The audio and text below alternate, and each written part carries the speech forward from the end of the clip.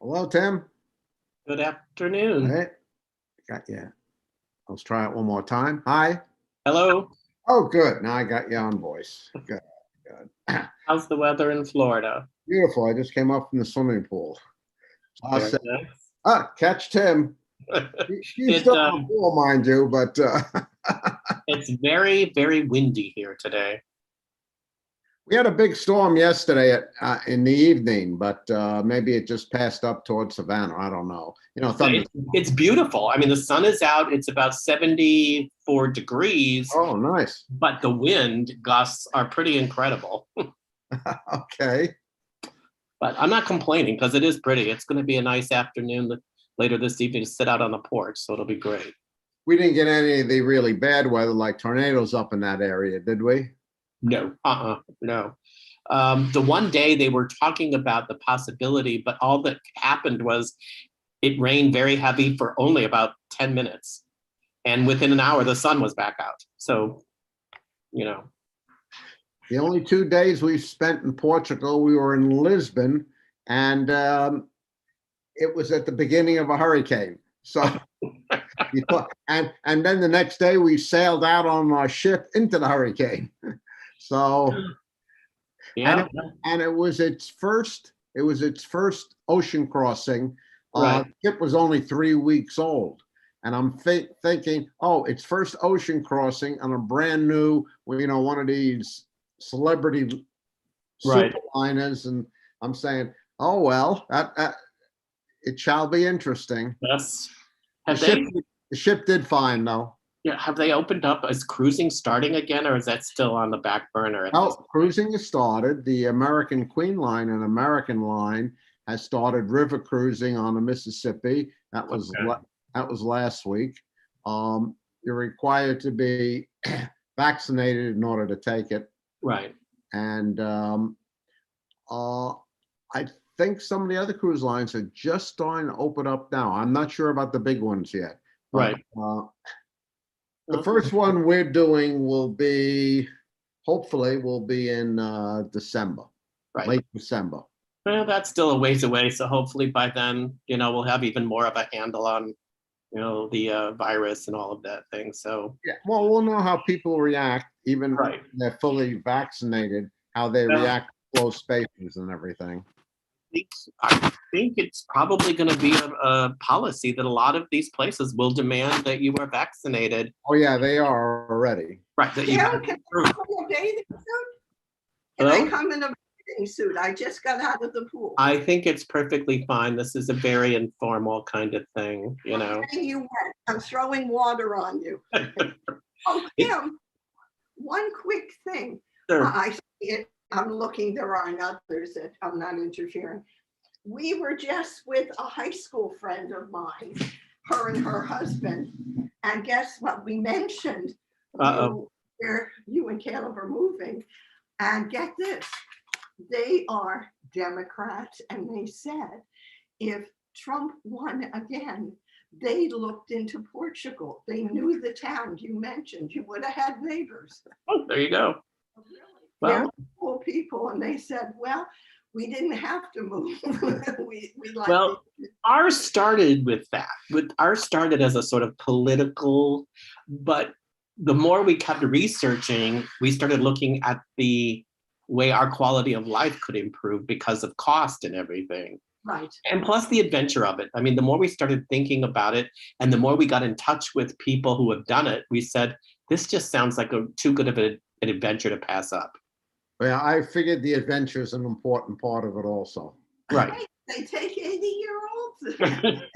Hey, you know what? Portugal loves people who are on the retired side of things because we're not taking jobs away from Portuguese citizens, and we're contributing to the economy because, like for us, we're going to rent a place and we're going to be buying in the stores and going out to dinner and things of that sort. So we're the kind of people that they love to see come into the country. Right. No children. It doesn't make a load on the school or anything. No.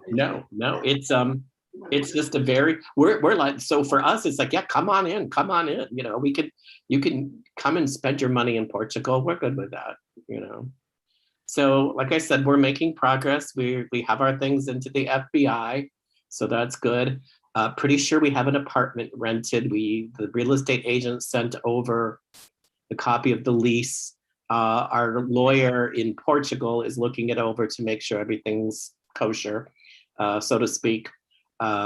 So we will actually have a place to live. How did you get the realtor? I'd be curious, being a realtor. It was a recommendation from some of the people that we've made contact with over there. Okay. All Yeah, right. very good. That's how it works generally, word of mouth. Right. And that's, we just said, does anybody have somebody that they feel is good, trustworthy, will do the job? And this one young man just, he contacted us. We contacted a couple, but this young man really followed through. Went above and beyond. I don't know if I told you, but he took his camera and gave us a 40-minute Zoom tour of the apartment so we could see it live. And then he went out in the street and took a 40-minute Zoom tour of the neighborhood for us.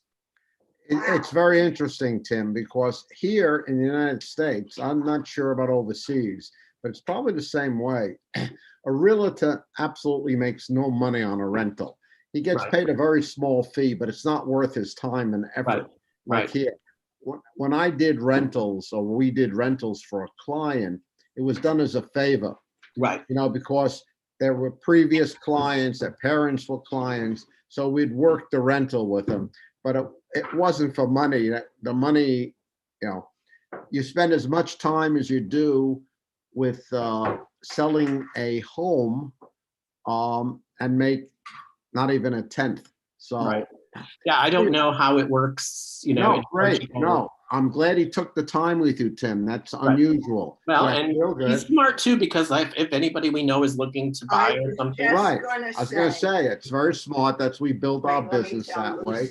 So, and if you buy a home, you'll be the first one you call for him. Oh, sure, because we may decide that after this first year that we want to buy a condo or something there, and I would call him immediately because he's gone above and beyond and has followed through on everything he said he would do. So, yes. All right. So I think we'll get started here. Starting. Okay. So we are, again, there's a lot of double portions here. So again, we have two Torah portions together, Bahar and Bechukotai.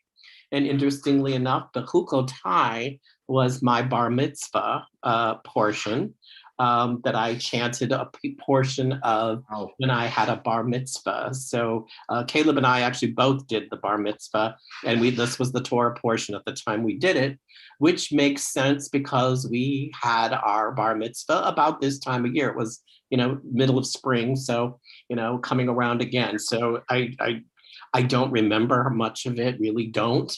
Every now and then a little piece of it will go through my head, but it's just that this is the one that we were chanting, and that we had to write a Devar Torah way back then when we were very new at this whole thing. So anyway, so let's just see a little bit of what this is about. So we know that the Torah, when we look at the Torah, it's not in actuality what we would call a history book. It's not a history text. It wasn't written with a great deal of historic research behind it, as we know history books usually are. Now, while it does illustrate the beginnings of the Jewish people and then our growth in the years following Abraham, who is considered the first Jew, it is meant to be, or is not meant to be, an accurate portrayal of all that happened in the founding and growth of our people. While God spells out rules and laws, and God commands us to always be a holy people, we cannot look at it as a well-researched documentation of Jewish history. Neither is the Torah a political polemic. It does not set out to tell us how we should govern ourselves, but at the same time, it makes clear that certain principles and certain ethics are essential for a well-running society. Now, how those ideas are implemented and followed and what happens if they are broken is kind of left for us to decide. God informs us of what ought to be, and then we are to figure out how to make what ought to be into reality. This Torah portion, however, would have some political overtones in the ideas that are presented. It is made clear in this portion that wealth is not something that should exist for the pleasure of only the elite few. All are to share in the prosperity of the land in an equal manner. No person is permitted to enslave any other person for an entire lifetime. Anyone in indentured servitude must be given freedom at some point, and it is clear that the Torah has a rather strained relationship with the whole notion of slavery, even though slavery was commonplace among the peoples and tribes of the time. In addition, the Torah makes clear that we cannot in any way own land. It is not ours to keep in perpetuity. No, in fact, the land belongs to God. We may live on it, we may use it, we may farm it, but it really, according to the Torah, is not ours to keep. Every so many years, the Torah decrees that the land, and this is according to God, must remain fallow so that it, like human beings, has an opportunity to rest and replenish itself. Now, if we think about these ideals as presented in the Torah, which I reiterate again is not a political treatise, there seems to be an underlying current of, dare I say the word, socialism. Some might even go so far as, dare I say the word, communism in its truest and purest form. Now, I'm not advocating that the Torah is imposing a socialist system on the Jews, but it is clear that God intends for us to live in community. What one does can affect all the others. We cannot only think of our own hunger, we must regard the hunger and the needs of all who live in the society. Would God want the unfair distribution of wealth in our current society as a wrong to be righted? Probably so. And while historians and scholars doubt that the idea of the Jubilee with its fallow farmland for 2 years ever truly took place, the idea behind it is a sentiment that is extremely important. If the use of the land is a gift granted by God, it is our duty to treat that land with respect. Abuse and pollution of land in any way will not permit us to return it to God in the very same way that God gave it to us. We will have ruined it. We know too that Judaism is a spiritual philosophy that is rooted in freedom. We recall that yearly, every year when we celebrate Passover and we hold our Seders. We recall it 42 different times in the Torah when we are reminded to treat the stranger well and treat the stranger with respect, for we as Jews know all too well what it is like when that is not the case. This Torah portion gives us one of the most well-known lines in all of Hebrew scripture. And the line is, "Proclaim liberty throughout all the land unto all the habitants thereof." And that's from Leviticus chapter 25, that particular verse is verse 10. No one is excluded from this proclamation. No one. It is said for all. This line of Hebrew scripture was selected for inscription on one of the USA's most significant symbols, the Liberty Bell. This, in a sense, ties the American spirit and desire for freedom and independence right back to the words of the Torah and our Jewish ideals of independence and freedom. Is it any wonder then that Judaism would find in the United States a place to flourish? This nation became a place where Jews, along with all others of different backgrounds of faith, could believe, worship, and pray openly. It offered freedom of religion, a right that had so often been denied to Jews throughout history. And so while no one will proclaim the Torah as a political document, we do see that it expects a certain form of behavior in how we, quote, govern ourselves when it comes to our fellow human beings and the gifts of nature. There is an expectation set forth by God, and it is our responsibility to figure out how we can best live up to it. And that's kind of the message that this Torah portion gives us. I sort of hesitate to even bring political elements into it because it is the Torah. But if you really look at the words that are here, God commands us to be responsible for each other. God commands us to look out for one another. God commands us to make sure that we satisfy our hunger, but we can't deny the hunger of those around us. God very much believes in the whole notion of community. And this Torah portion makes clear too that we really don't own the land. God gave it to us to use it, and he expects us to use it well, use it wisely, that it has a chance to replenish itself. That's the whole idea behind letting land lie fallow for a year or two. So there is a sort of, and as I said, I hate to say the word socialism. I hate to say the word communism, because those words are very, very loaded words. And for some people, their hackles go up immediately. But if we look at the true meaning of communism, communism to all of us is a bad thing. You know, we were taught as children that, oh, communism is a bad thing. But that's because it's a corrupted form of communism. The only people that live in true communism, at least this is what I've been told, and you can dispute this, but the only people that I've been told live in true communism are pretty much religious communities of monks and nuns. Because in religious communities of monks and nuns where vows are taken, nothing is owned by any one person. It is all owned by the community. Everything is for the good of the community. And knowing what little I know about communities of monks and nuns, it does seem to be that they live a true form of communism and not a Soviet Union sort of China corrupted form of communism.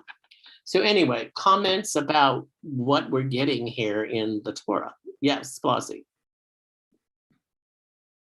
Go ahead. Okay. We're busy eating lunch. That's okay. Is Judaism the only religion that stresses the stranger as much as it does? We certainly put a lot more emphasis on it. I mean, like I said, 42 different times in the Torah alone, some variation of how we treat strangers comes up again and again and again. It is not that prevalent in any other religious scripture that I'm familiar with. I mean, there may be some, but and we have an entire holiday built on freedom and reminding us that we were strangers and therefore how we are supposed to turn around when we encounter people. So I think it is definitely one of the key aspects of what being Jewish is all about.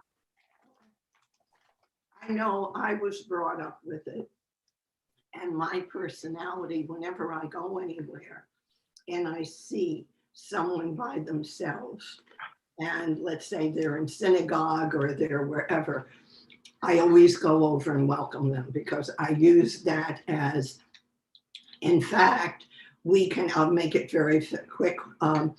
In our synagogue in New Jersey, we went one Friday night and there was a young boy and his mother, and they were African American. And I went over and I welcomed them and asked them to sit with us. Well, he's become very close to us. He's come for holidays. He converted to Judaism. And, you know, I just saw them sitting there. No one else was going over and, hey, come join us. And so I'm glad to know. I'm proud of my religion on that.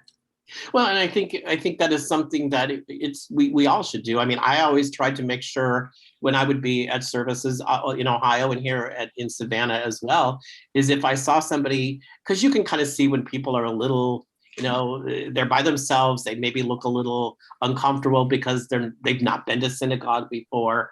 And just to kind of say hello, welcome them, make sure they have a prayer book, like I said, sit with them, you know, help them through the prayer book. You know, to us, it's easy to follow, you know, the prayers. We know the service. But for someone new, you know, they may not, you know, be able, and, you know, the rabbi is very good about announcing pages and things of that sort. But, you know, so you get a little lost. So you just kind of make sure they're on the right page and, you know, kind of if they may have a quick question or something that you can answer.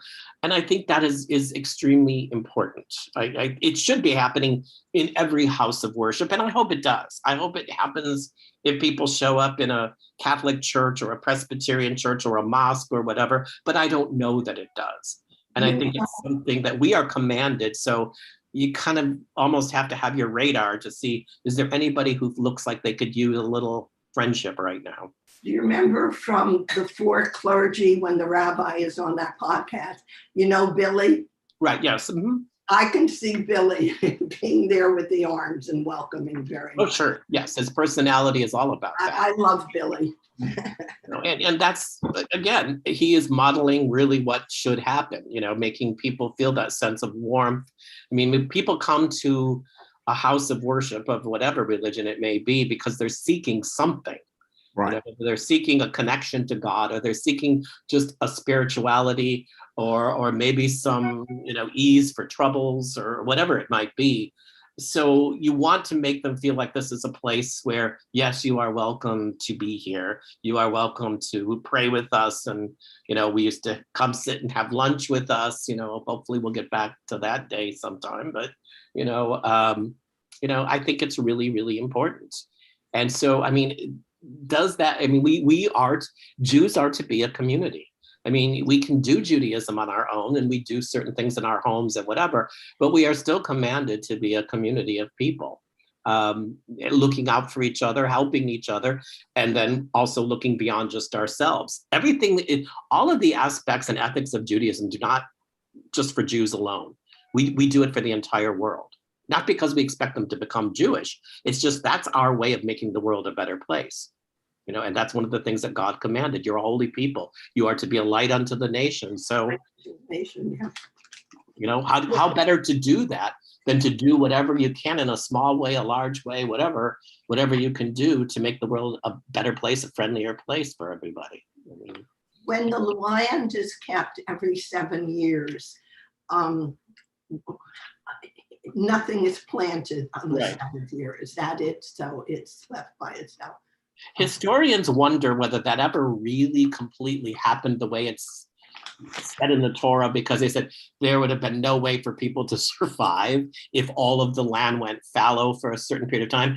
But there was a way of rotating. It didn't have to be everything all at once, which is kind of what the Torah kind of makes you think. But, historians say you can take plots and sections and let it be fallow while you're still cultivating, because people still have to eat. I mean, you still have to have your crops. I mean, sustenance is sustenance.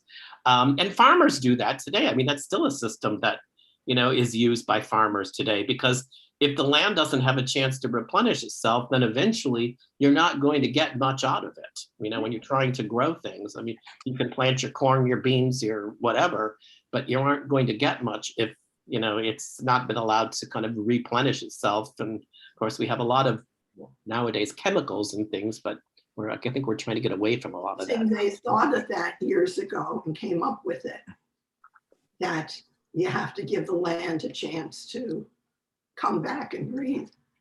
Well, that's why I kind of made the same parallel to people. We all know that we need a chance to rest, and renew and refresh our own selves. So the land kind of needs the same thing every so often.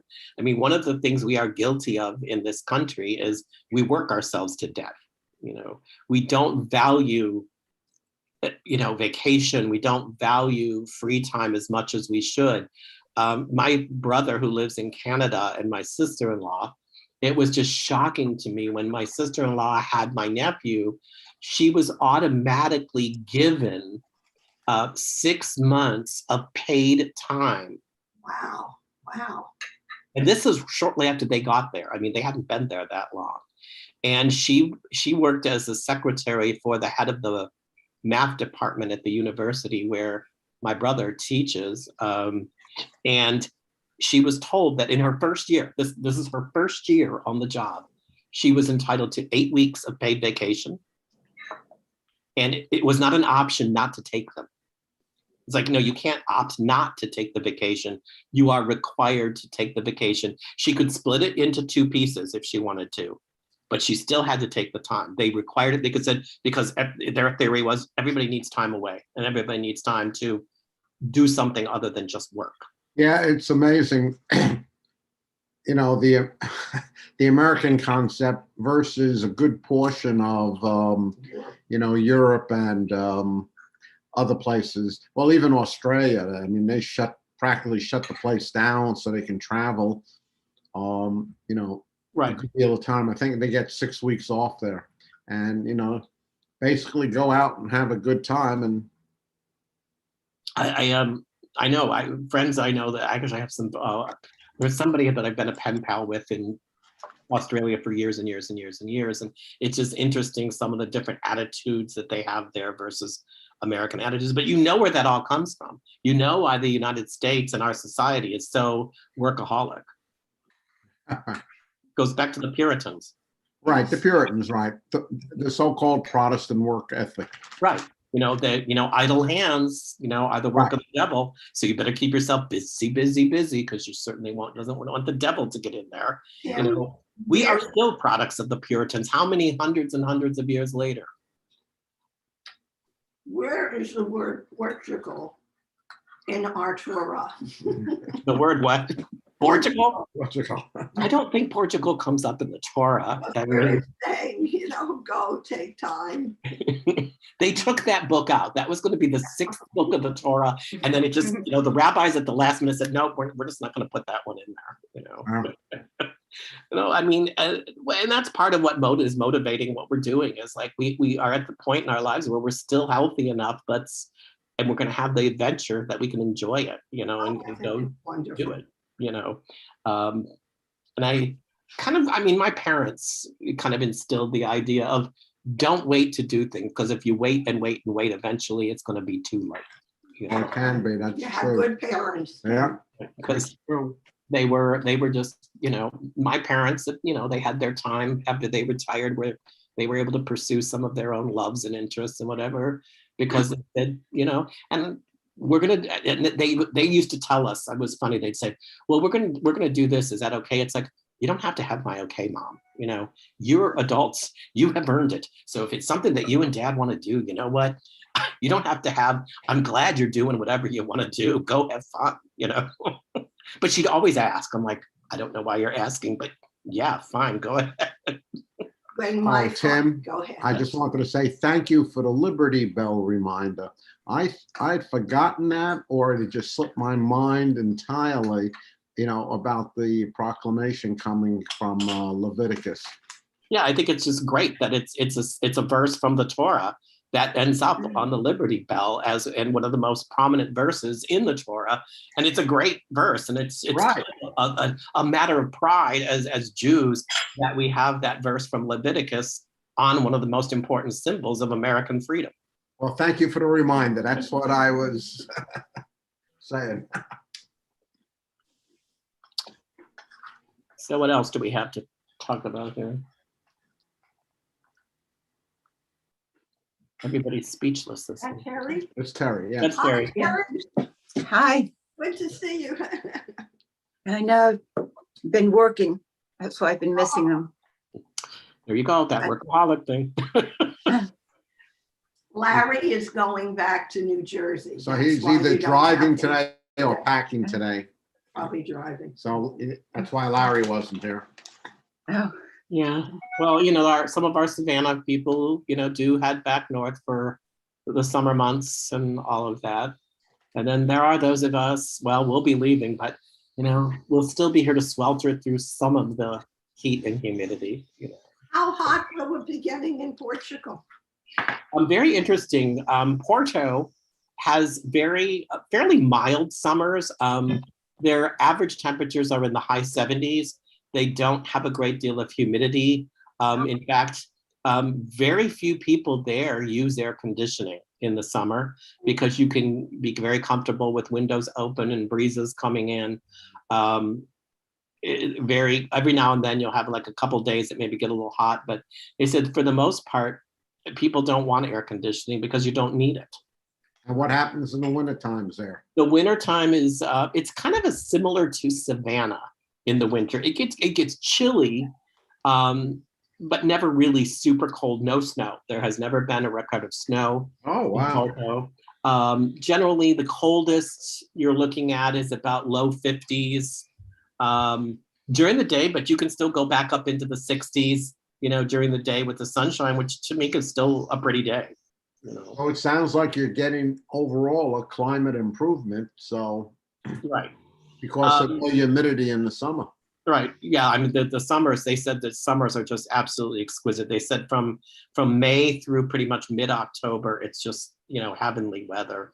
Um, so yeah, there will be that, which is nice. Lisbon is a little warmer because it's a little further south. And then the southern part of Portugal, what they call the Algarve, is where it pretty much is warm, sort of, I guess, sort of South Florida-esque warm pretty much all year round.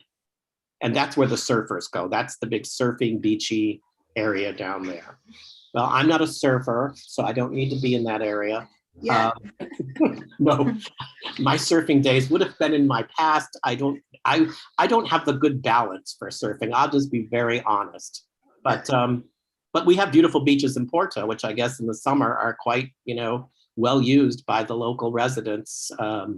Because we're on the coast, the city is on the coast, and then we also have the riverfront on the Douro River. Do you have cruise ships coming in or no? Yes, this is another little interesting thing that we have found out. A very good friend of ours from Ohio, Janet, we were talking to her on the phone, and she says, well, this is fascinating. She goes, I'm going to be on a cruise that stops in Porto for 2 days in 2022. Wow. You're going to have some visitors. Oh, yes. And then there's somebody else told us they're cruising into Porto in 2022. So it never used to be a cruise stop, but it has become in the last couple of years, generally for a day or two, because there's a lot of history and a lot of people want to do the wine region. They want to stop and, do the wine region. And you can take a day cruise on the Douro River, depart in the morning, and it goes up the river. In the afternoon, you have lunch, you do some wine tasting, port, obviously you're tasting port because that's the big thing. Then it brings you back, and I guess it's like a good, 6 to 7 hours, sort of going up. What is the history that's there? You said it's historical. Its history is really the sea, sailing. I mean, that's where a lot of the ships went out that were exploring what at that time was the New World. I mean, remember, I always forget that at one time, Portugal had colonies all over the place. It's a tiny country, but it had colonies in South America, in Africa. It was big. And remember learning in history about Prince Henry, the navigator, who was Portuguese. So it really was a sailing port, hence the name Porto. I mean, with the river coming in, and it's got natural harbors. So it really was very much into the, what we would call like naval sort of things. And then they dated back into the year 300 BCE, or BC, I'm sorry. So it's an old city. And what's interesting is that a lot of the very old parts of the city have been preserved. So they're still there rather than have been, destroyed or gone to ruin. So that intrigues me, to be able to see these things that date back so far into history. Wow. I think you're going to be on the Chamber of Commerce in time. I don't know. I'm just looking at it as there's going to be so much to explore. And, to learn about, not in Porto, but then also throughout the rest of the country too. We'll get down to Lisbon. I do want to go down to the south, to the Algarve and whatever. I just found out too that there's this little tour you can take called a tasting tour of Porto.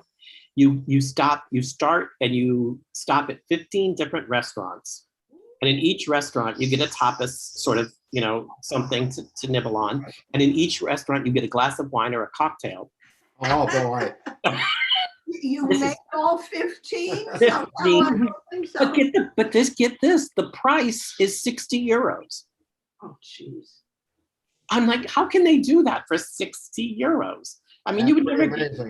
And when you translate 60 euros into US dollars right now, it's going to be around $70. That's still cheap for 15 stops at restaurants and glasses of wine and such. I'm like, well, we're definitely going to do that. We're going to go. Send pictures and we all can feel great with right. you. Well, I think what I'm thinking we might do is set up a Facebook page for, adventures in Porto, where we can share experiences and, like almost like a little blog kind of thing of what we're learning, what we're doing, pictures of places that we have visited in the city and in the countryside, and take a river cruise and up the Douro and things like that, so that people can kind of follow, and we'll put some of our missteps on there because I'm sure we're going to have them. There's no doubt, with new language and everything like that. But that's okay. Sometimes that's the way you make a new friend, by. Oh, through a lot of our mistakes we've met, but we're all rooting tooting for you, and we all feel we're there with you. So. Yeah, it's good. It's getting more real as each step, now that we have the whole thing in the FBI, now that it looks like we have an apartment rented and whatever, it's becoming more of a reality. And, it's like, wow, we're really, we're starting to pack things up. I mean, we're not taking a lot, but we are packing very, very carefully our artwork. Oh, We are using a lot of bubble wrap and a lot of packing paper and whatever, because they're pieces we don't want to see them damaged. So we're being doubly cautious, probably more than we need to, but that's okay. I'd rather have them arrive safely. Oh, yeah. And you have bubble wrap there. You could sell it. Yeah. We have, we're not, I mean, really, like I said, we're not taking that much clothes, obviously. A few other things, we years ago when we were in Canada, Toronto, we bought this set of they're more like serving dishes. They're not like dinner dishes. They're more like you serve things in. We found these beautiful glass dishes, and for some reason they all had Stars of David on them. So we've always used them for our holidays and things like that because they're beautiful, they're subtle, but they're clearly Jewish. And so I think we're going to take those, I think, because it's just something that we love, and I don't know that we would ever find anything like it again. Jim, what does the FBI have to do with your going? You say? Everybody asks us this, and it's just because it's a requirement. They have my fingerprints from when I started teaching in Ohio. They have my fingerprints from when I moved my teaching credentials to Florida. They have my fingerprints from when we opened the wine bar, because you have to do fingerprinting if you're going to sell alcoholic beverages. So they have my fingerprints 3 different times at the FBI. But They still want a new set. Right. And it's all about, it's Interpol and it's Portuguese requirements. They don't want to particularly take in an escaped felon or something. Exactly. No, I understand. And I'm not, it just seems like you have my prints. And the other thing they insist upon is, we have passports and whatever, but you have to have 2 passport photos that have been taken in the last 6 months. Oh. So we had to go get 2 more passport photos because ours are 2 years old. So we went to CBS and, did the little passport photo thing. And of course, we look horrible because those people at CBS aren't photographers. And wait a minute. You've already done it. But if you're AAA members, they do that free. Oh, it was, but. And of course, you can't smile. They don't want you to smile in your passport photo. And even though I wear glasses all the time, you can't have your glasses on in your passport photo. Really? No. And for example, if Jeff went to get his passport photo right now, they'd send him back. You can't wear white. You can't wear white. White. Oh, no. Wow. If a woman has a white blouse or top, or a man has a white shirt on, they will not take your passport photo because you're on a white background. And it washes everything out and blends into. He went bare-chested. I don't know. We didn't ask that question. We did not ask that question when we were there.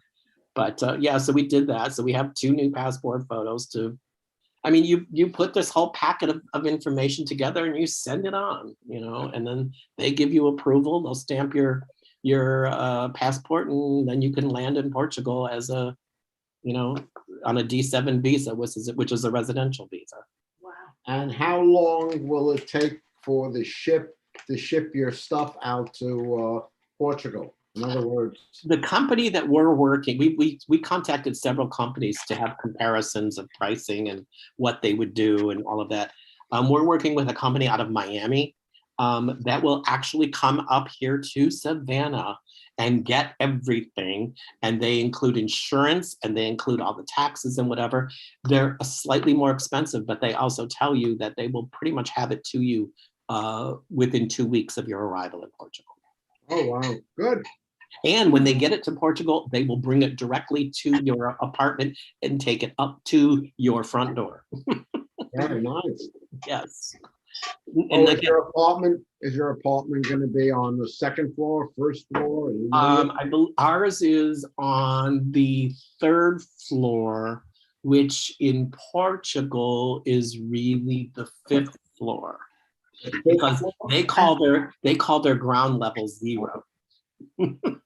So 0 level is ground level. Then 1 is what we would call 2. But we are lucky. Our building does have a lift. Oh, good. So, because there are some old buildings that don't, and our building does have a lift in it, so that will make it easier as well. So that when they bring the stuff, they'll be able to bring it up, and it's just easier for us, like if we're bringing home groceries and things like that. So, we have 3 grocery stores within like 2 blocks of where our apartment is. So, and we have there's a fresh butcher shop like very close to us, and a beautiful fresh produce market very close to us. So we're not going to go hungry. I'm sure. We just have to find the wine shop. But I guess somebody told us, though, that in Portugal, and we have to verify this, that in most of the grocery stores, you can buy really, inexpensive but good Portuguese wine, as well as spirits. So if you wanted to get like, brandy or bourbon or whatever, you can buy that right in the grocery store. Right. It should be a good place to buy port. Yes. Oh, yes. That's their love. A lot of the restaurants give you complimentary port at the end of your meal, because they're like, in some Italian places, they'll give you the Limoncello. Limoncello. Yes. So in Portugal, a lot of restaurants give you a little complimentary, the taste of port at the end of your dinner. So. Well, we're all excited for you, and with Shabbat coming, you can relax and dream on. You don't have to go and work. How much longer will you be doing the Torah and on Fridays? On Fridays. Probably just till the end of this month, because I'm finishing up. Like as soon as the June 8th is the last of the Judaism 201 classes, and I've told them that I'm pretty much finished at that point, because we have a lot to do and a lot to organize. Right. So I want to have those last weeks to really just focus on getting ready to go and getting on our way. So I told, when I sat down with Jennifer, I told her that was about as, I would do the Judaism 201 and then pretty much be finished. And that's when Caleb is finishing at Kroger as well. So. Okay, very good. Yep. Well, we thank you for today. Thank you. Shabbat shalom. Shabbat shalom, everybody. I'm glad I tuned in. I didn't know. Enjoy your beach. You're down there, so enjoy the beach. Thank you. Say hello to the sand for me. It's been a while since we've been there. And we're having a beautiful day here, so we will enjoy our day up here in Georgia as well, because it's pretty. It's windy, but it's very pretty out. It's very pretty. Just so there's no rain on our parade, right? No, we don't have any on ours either. The sky is bluer than blue when I look. I'm just looking out the window now, and it couldn't be any bluer if it tried. Tim, somebody mentioned something to me the other day. Wasn't quite sure. Are you able to receive your Social Security checks directly in Portugal? Yes, they will deposit them directly into our bank in Portugal. Oh, that's okay. So I thought that person was wrong on that. No, the EU has a complete reciprocity agreement with the United States, so that people who have retirement coming from Europe who are in the United States can have it direct deposited to a US bank, and we can have direct deposits from us into any bank in the EU. Okay, that works out well, rather than the convoluted method about having only a US account and an American credit card. Yeah, this works better. Oh, much better. It'll be much easier. And, it's just, it's going to be there, every single month, and don't have to worry about transferring it over and everything. Okay. All righty, everybody. Shabbat shalom. Shabbat shalom. Thank you again. Toda rabah. Yeah, have a great weekend, and I'll see you next week. And like I said, enjoy Florida. Thank you very much. Bye.